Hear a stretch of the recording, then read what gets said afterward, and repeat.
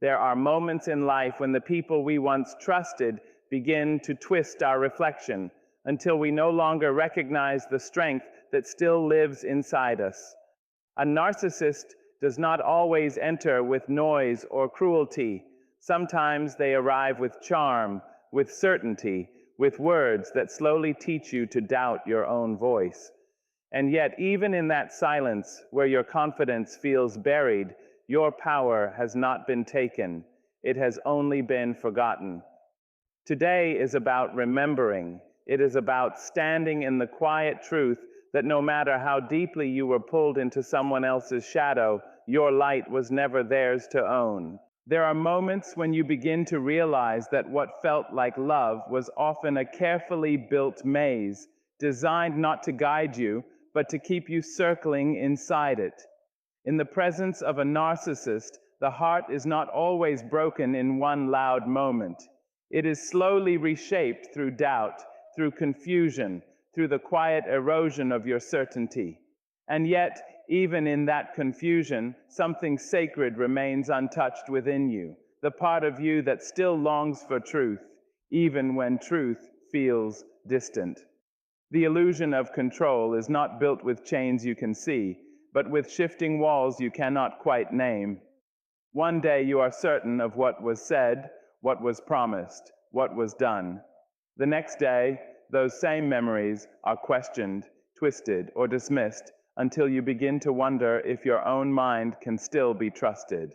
This is not accidental. It is the subtle architecture of manipulation, where reality is bent just enough to make you reach outward for answers that were always meant to live within you. And slowly, without even noticing, you begin to abandon yourself in small ways. You start to explain your feelings instead of honoring them.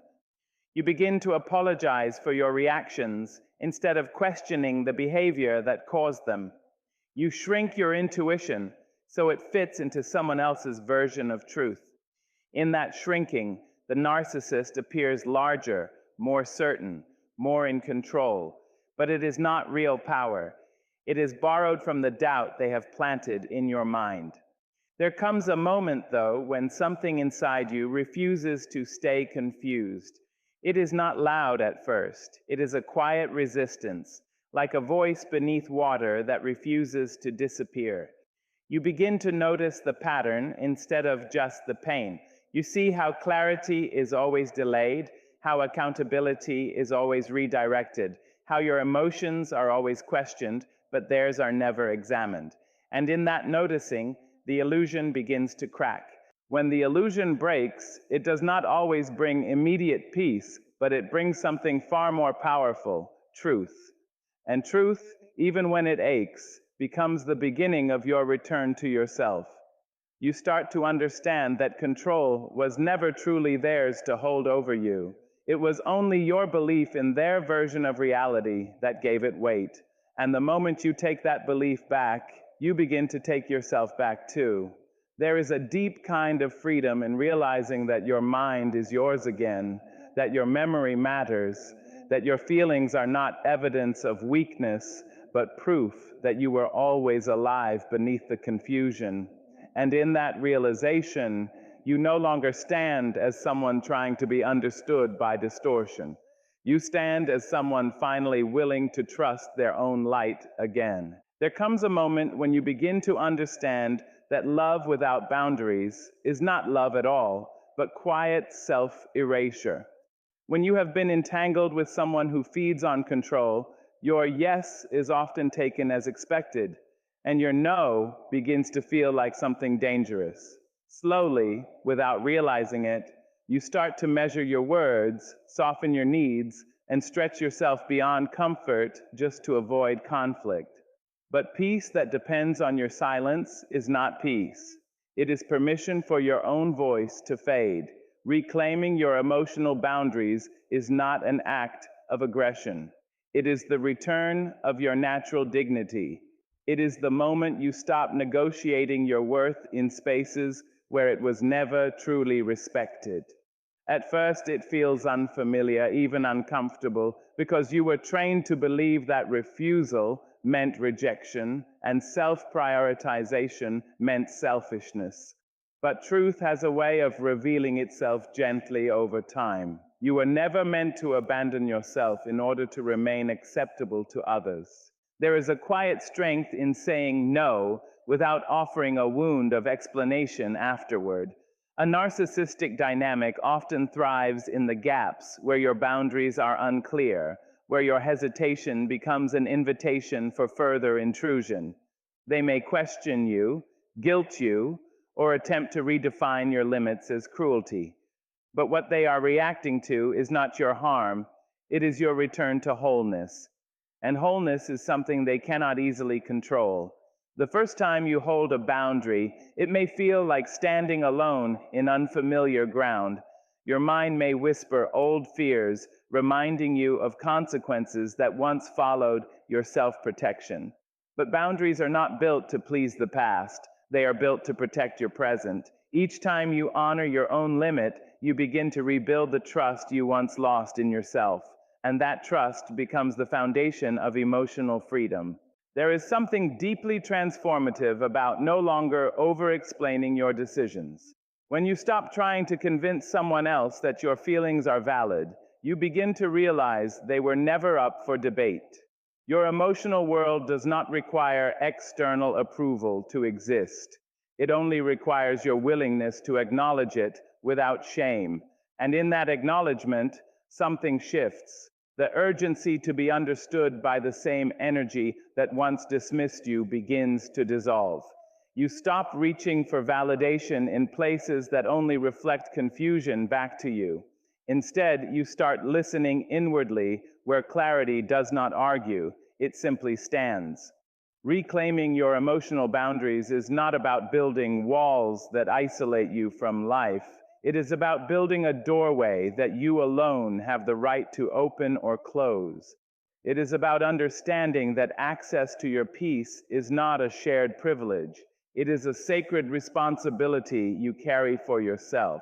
And once you begin to honor that responsibility, you no longer feel smaller for protecting your space.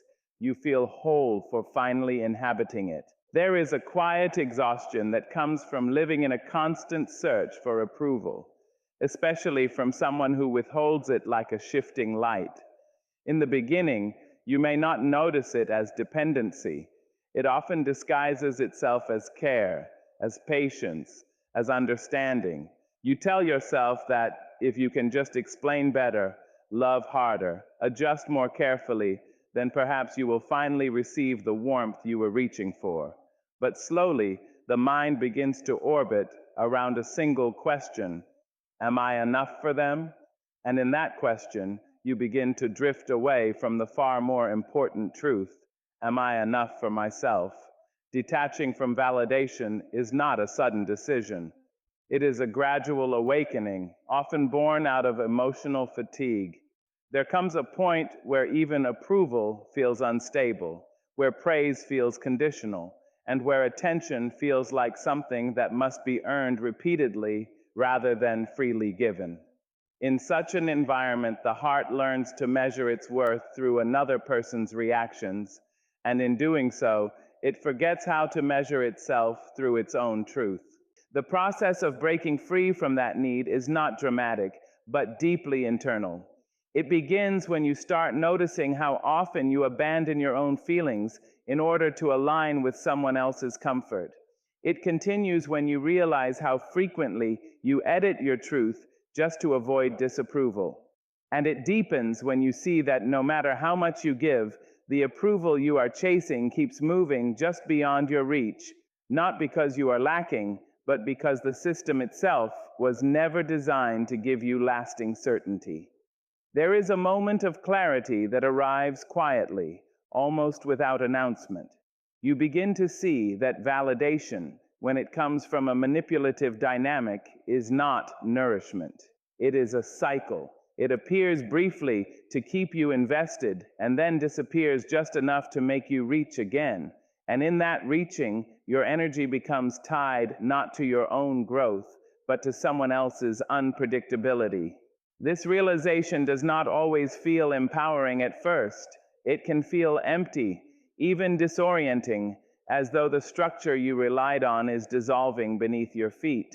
But what replaces that dependency is something far more stable, though slower to build. You begin to notice your own presence without needing it confirmed. You start to recognize your emotions without waiting for them to be validated externally. You learn, sometimes with difficulty, that your inner experience does not require agreement to be real. And in that learning, the grip of external approval begins to weaken. There is a quiet dignity in no longer chasing someone else's attention as proof of your worth. You stop interpreting silence as punishment and attention as reward. Instead, you begin to understand that your value does not rise and fall with another person's perception. It remains steady even when it is not acknowledged. And in that steadiness, something shifts deeply within you. You no longer approach relationships as tests to pass or approval to earn. You begin to stand in your own experience without constantly looking outward for confirmation. The need to be chosen by those who cannot fully see you starts to lose its power. And in its place, you begin to choose yourself, calmly, quietly, without demand, but with a strength that no longer asks to be validated in order to exist. There is a kind of silence that is not empty, but full of awareness, full of understanding, full of the quiet decision to no longer participate in what drains your spirit. When you have lived in the pull of emotional manipulation, silence is often misunderstood. It is mistaken for defeat, for withdrawal, for surrender. But there is another kind of silence that is born not from absence, but from strength that no longer needs to announce itself in order to be real. At first, disengaging feels unnatural, especially when you have been conditioned to respond, to explain, to defend, to keep the emotional balance of someone else's instability. You may find yourself wanting to respond out of habit, to clarify what has already been distorted, to repair what was never yours alone to fix. But over time, you begin to see that every response becomes an opening, every explanation becomes another cycle, and every attempt to be understood becomes another opportunity for misunderstanding. Silence in this sense is not the absence of voice. It is the refusal to feed confusion. It is the decision to step out of a conversation that is designed not for clarity, but for control. And in that decision, something subtle but powerful begins to change within you. The urgency to be heard by someone committed to mishearing you starts to dissolve. The need to defend your truth against distortion begins to feel less like necessity and more like exhaustion. There is a strange clarity that arrives when you stop chasing resolution in places where resolution was never the intention. You begin to notice how certain dynamics thrive on your reaction, how your emotional energy becomes the fuel that keeps the pattern alive. And when that fuel is no longer provided, the pattern loses its rhythm, not because you fought it, but because you stepped out of its reach. This kind of silence is not cold. It is deeply self-respecting. It carries within it the understanding that not every action deserves a response, and not every distortion deserves correction. There is a maturity in recognizing that your peace does not require constant engagement with chaos. And in that recognition, you begin to conserve something far more valuable than words: your energy, your attention, your emotional presence. At times, silence may be misinterpreted by others as indifference, but internally it is anything but. It is awareness without entanglement. It is care without collapse. It is the ability to see clearly without being pulled into reaction. And in that space, you begin to experience a different kind of strength, not the strength that fights to be understood, but the strength that no longer depends on being understood to remain whole. As you grow into this silence, you start to notice that your inner world becomes less reactive and more anchored. The emotional noise that once dictated your responses begins to lose its influence. You no longer feel the need to explain your absence from dysfunction. You simply step away, not as escape, but as alignment with yourself. And in that alignment, silence transforms. It becomes not what you do to someone else, but what you finally do for yourself. A boundary without words, a presence without performance, a quiet return to a place within you that no longer negotiates its worth through constant engagement with what was never meant to hold it. There is a point in every silent recovery where you begin to realize that what was damaged was not only your trust in others, but your trust in yourself. When you have been shaped by manipulation, you do not simply lose confidence. You begin to question the very foundation of your identity. You wonder whether your feelings were ever accurate, whether your memories were ever reliable, whether your instincts were ever right. And in that quiet uncertainty, self-worth begins to feel like something distant, something you once had but can no longer fully touch. Rebuilding yourself from within is not about returning to who you were before, because the person you were before has already been changed by what you endured. It is about becoming someone who can hold both truth and pain at the same time without collapsing under either. It begins in the smallest moments, often unnoticed by others, when you choose to believe your own inner experience even when it feels fragile. When you stop outsourcing your emotional reality to someone else's interpretation, you begin to reclaim a part of yourself that was slowly taken through repetition and doubt. There is a deep unraveling that happens when you start to see how your identity was shaped in reaction to another person's instability. You may notice how much of your energy went into avoiding conflict, how much of your attention was spent predicting moods, how often your own needs were delayed in favor of maintaining emotional peace. And in seeing this clearly, you may feel a mixture of grief and awakening. Grief for the time you spent disconnected from yourself, and awakening to the fact that you are still here, still capable of returning. Self-worth does not rebuild itself through grand declarations. It returns quietly through consistent acts of self-recognition. It is in the moment you stop apologizing for having boundaries. It is in the pause where you choose not to override your discomfort just to keep someone else comfortable. It is in the subtle shift from asking, "Am I too much?" to asking, "Was I treated with care?" These questions may seem simple, but they carry the weight of transformation because they move the center of judgment away from you and back toward reality.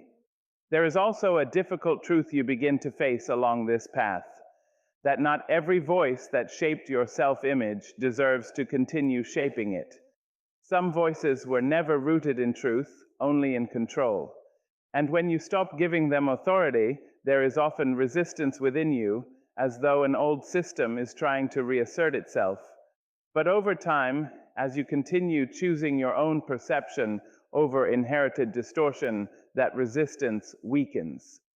What replaces it is not certainty, but something more stable, self-trust built through repetition. Slowly you begin to relate to yourself differently. You stop treating your emotions as problems to be fixed and start seeing them as signals to be understood. You stop measuring your worth through how others respond to you and begin recognizing that your value exists independent of their recognition.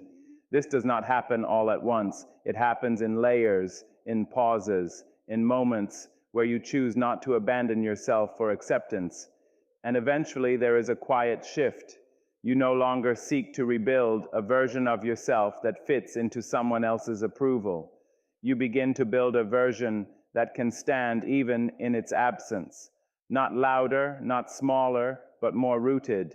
And in that rootedness, self-worth is no longer something you chase. It becomes something you inhabit. There is a strange confusion that follows when someone has repeatedly been told that what they saw was not real, that what they felt was an exaggeration, that what they remember is somehow incorrect. Over time, this does not only distort events, it begins to distort the self who experienced them. You start to hesitate before trusting your own mind. You pause before naming your own truth. And slowly, your inner certainty becomes something you check outside of yourself before you allow it to exist within you. Gaslighting does not always arrive in obvious confrontation. It often comes softly, in dismissive tones, in repeated contradictions, in the subtle rewriting of shared reality. One moment becomes, "You misunderstood." Another becomes, "That never happened." And soon your internal record feels less trustworthy than the voice that challenges it. This is where confusion takes root, not because your perception is weak, but because it has been repeatedly questioned until you begin questioning it yourself. But clarity begins in a very unglamorous way. It does not shout or argue. It notices. It begins to observe patterns rather than isolated moments. It sees how accountability is shifted, how memory is dismissed when inconvenient, how emotional responses are reframed as instability rather than reaction. And in that observation, something quiet but powerful begins to return, your sense of internal reference. There is a moment when you realize that your memory does not need permission to exist. It does not become less real simply because someone refuses to acknowledge it. Your experience happened inside you, and no external disagreement can erase the fact that you lived it. This understanding does not always arrive with comfort. Sometimes it comes with grief, the grief of realizing how long you questioned yourself instead of questioning what was happening around you. As clarity strengthens, you begin to notice how often you were pulled into defending your perception rather than trusting it. You were placed in a position where proving your reality became more important than living it. And in that position, your attention was slowly redirected away from your inner knowing and toward external validation that was never consistent enough to stabilize you. Reclaiming clarity is not about winning an argument. It is about ending the argument within yourself. It is the moment you stop reopening your own certainty just because someone else refuses to accept it. You begin to understand that confusion was never proof that you were wrong. It was a symptom of sustained contradiction. And when contradiction is removed, clarity does not need to be forced. It naturally returns. There is a quiet strength in trusting your lived experience again. It does not mean you are never uncertain. It means you no longer abandon yourself in uncertainty. You begin to hold your perception with steadiness, even when others challenge it. You allow space for reflection without surrendering your inner truth. And slowly, something shifts in how you move through the world. You stop outsourcing your reality. You stop negotiating your memory. You stop asking permission to believe what you already know. Instead, you begin to stand in your experience without apology, without over-explanation, without the need for external confirmation to make it valid. In that steadiness, clarity becomes more than understanding. It becomes a return to your own mind, where truth does not need to be defended endlessly to remain real. There is a moment in every breaking cycle when you begin to see that what once felt like connection was often sustained by your constant emotional availability. Not love in its balanced form, but a quiet dependency on your attention, your reactions, your willingness to stay engaged, even when the interaction was costing you your peace. It is a difficult realization because it reframes what you once gave freely into something that may have been taken advantage of without you fully recognizing it at the time. Emotional supply is not always obvious in the beginning. It can look like conversations that always circle back to the other person's needs, moods, or interpretations. It can look like your empathy being repeatedly called upon, while your own emotional state is rarely held with the same care. Over time, you begin to notice that your presence is not just valued, it is relied upon to regulate something unstable. And in that reliance, your energy becomes quietly entangled in a cycle that is difficult to step away from. Cutting that supply is not about punishment or revenge. It is about restoring balance where imbalance has become familiar. At first, it may feel uncomfortable to withdraw your attention, especially when you have been conditioned to respond quickly, to explain gently, to stay emotionally reachable even when you are drained. But there is a turning point where you begin to understand that your constant availability is not a requirement for love. It is a pattern that can be changed. When you begin to step back, something noticeable often happens. The dynamic shifts. The intensity may increase for a time, as though the absence of your emotional participation is being tested. There may be attempts to pull you back into old roles through guilt, confusion, or sudden shifts in tone that once kept you engaged. But what you start to see more clearly is that your attention has power. And when you stop offering it automatically, the structure that depended on it begins to reveal itself. There is a quiet strength in not reacting, in not explaining what has already been dismissed, in not re-entering conversations that exist only to reset the cycle rather than resolve it. This is not coldness, it is clarity in action. It is the recognition that your emotional energy is not infinite, and that where you place it determines the quality of your inner world. As you begin to withdraw from emotional overextension, you may also notice something unexpected. Your awareness of yourself becomes sharper. Without constantly tracking someone else's moods or responses, your attention slowly returns to your own internal space. You begin to notice what you feel without immediately translating it into someone else's language. You begin to exist more fully in your own experience rather than in constant response to another's. There is also grief in this process, not just for the relationship as it appeared, but for the version of yourself that stayed longer than your peace allowed, hoping things would stabilize if you just gave a little more. That grief is real, but it is not the end of the story. It becomes part of the shift from unconscious participation to conscious choice. And in that choice, something begins to settle. You no longer feel compelled to fill every silence, to respond to every pull, to re-enter every emotional demand placed before you. You begin to understand that your attention is not obligation, it is a gift. And when you learn to direct it with intention rather than habit, you quietly take back a power that was always yours, even when you forgot it. There is a moment in life when you realize that approval has been silently steering too many of your choices. You begin to see how often you adjusted yourself, not because it felt right, but because it felt safer to be accepted than to be honest. Over time, that habit becomes so familiar that you stop noticing where your own desires end and where someone else's expectations begin. And in that blurred space, you slowly forget that choosing yourself was never meant to require permission. Choosing yourself without apology is not an act of rebellion. It is an act of return. It is the quiet decision to stop treating your needs as negotiable, to stop placing your peace at the bottom of every list, to stop explaining why your well-being matters.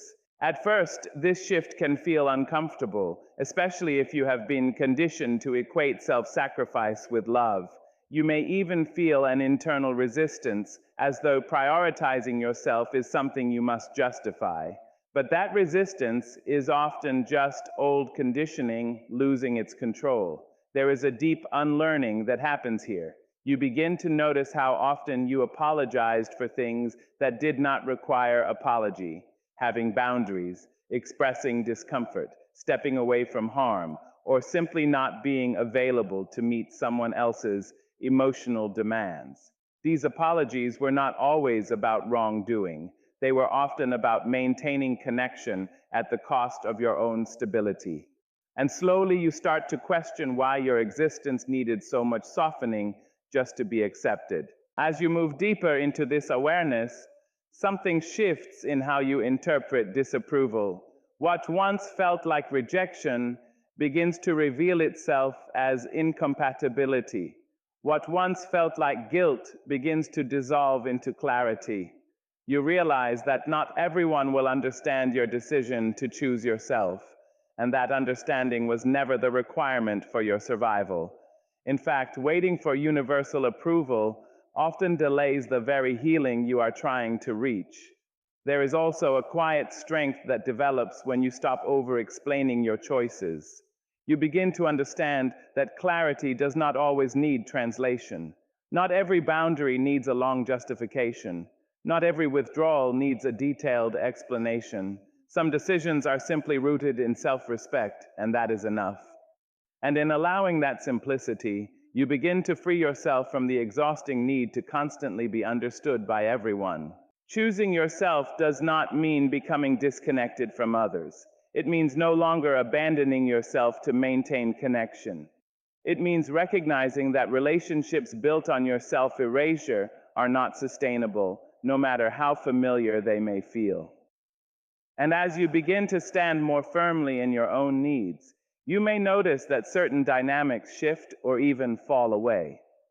That loss can be difficult, but it is also revealing. It shows you where your presence was only stable when you were willing to disappear. Over time, something steadier begins to take shape within you. You stop asking whether you are allowed to prioritize your peace. You stop measuring your decisions against the comfort of those who benefit from your silence. Instead, you begin to act from a place of quiet certainty, not loud, not defensive, but grounded. A certainty that says your well-being is not something you owe an explanation for. And in that grounding, you realize that choosing yourself was never an act of separation from life. It was an act of finally stepping into it fully, without apology, without distortion, and without the need to shrink in order to belong. There is a kind of pain that does not simply pass through the heart, it reshapes it. It arrives quietly at first, often disguised as confusion, disappointment, or loss, but over time it settles into something deeper. And in that depth, it begins to change how you see others, how you see the world, and most importantly, how you see yourself. You do not remain untouched by what you have survived, but what matters most is whether you allow that survival to become a burden you carry in silence or a wisdom you learn to stand upon. Pain, when it is not understood, tends to repeat itself in different forms. You find yourself reacting in ways you once swore you never would again. You see familiar patterns in unfamiliar places. You notice how easily old wounds can be reopened by new situations that resemble the past, even slightly. And yet, within this repetition, there is also a quiet invitation to stop only enduring what happened and begin understanding what it revealed. There comes a turning point when suffering is no longer seen only as something that broke you, but as something that exposed what needed your attention. It shows you where your boundaries were ignored, where your voice was minimized, where your needs were overlooked, not as a punishment, but as a signal. And while that realization may not erase the pain, it begins to give it shape. What once felt like chaos slowly becomes clarity in disguise. Wisdom does not arrive in moments of comfort. It often grows in the aftermath of what felt unbearable. You begin to recognize that your emotional wounds were not just moments of harm, but also moments of awakening. They showed you what you could no longer ignore. They forced you to confront truths you may have avoided when things were easier. And in that confrontation, something within you begins to mature, not in hardness, but in understanding. There is also a shift in how you relate to your past. You stop viewing it only as something that happened to you, and begin to see it as something that passed through you, leaving traces of awareness behind. You start to understand that pain does not define your identity unless you allow it to become the only language you speak about yourself. And when you begin to speak a different language, one shaped by insight rather than only injury, you notice that your story begins to expand.